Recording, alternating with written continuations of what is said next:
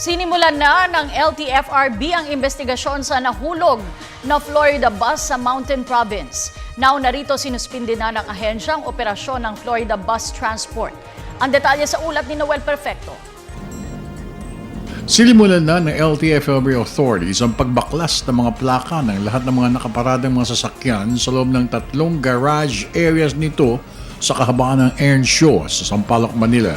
Hindi na pinatagal pa ng Land Transportation and Franchising and Regulatory Board ang ginawang investigasyon matapos na suspindihin ng 30 araw ang operasyon ng Florida Transport nang madawit ang isa sa mga sasakyan nito patungong Maynila mula sa Bontoc area.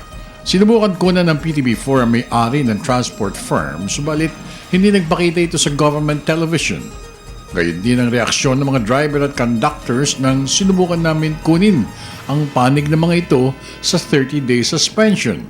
Subalit hindi naman pinawalang bahala ng 2 party list ng paghingi ng paliwanag ng LTFRB sa nangyaring naganap at kung bakit pinayagan na makabiyaheng naturang sasakyan kahit na walang pahintulot at dokumento na magbiyahe ito. Narito ang pahayag ni na Abacada Congressman Jonathan De La Cruz at Buhay Party List Congressman Lito Atienza kaugnay ng pagkukulang na naganap. Ano ba ang ginagawa ng LTFRB tungkol sa franchising system? Kasi wala na eh. This is a logjam. This is already a chaos. Ano nangyayari? Pinapunta na namin sila sa Kongreso, tatawagin namin ulit sila, Noel. Alam mo kung bakit? Hindi sila makapag-explain tungkol dun sa sistema nila na pagbibigay ng prangkisa. Nagkaroon ba naman ng pagkakataon? Isipin mo, yung mga regional offices nila nagbibigay ng mga prangkisa that are overlapping other franchise areas. We will have to make the bus company answer, definitely.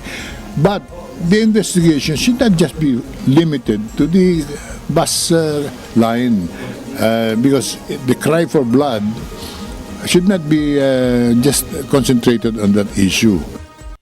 Ng bayan, ako naman si Noel Perfecto.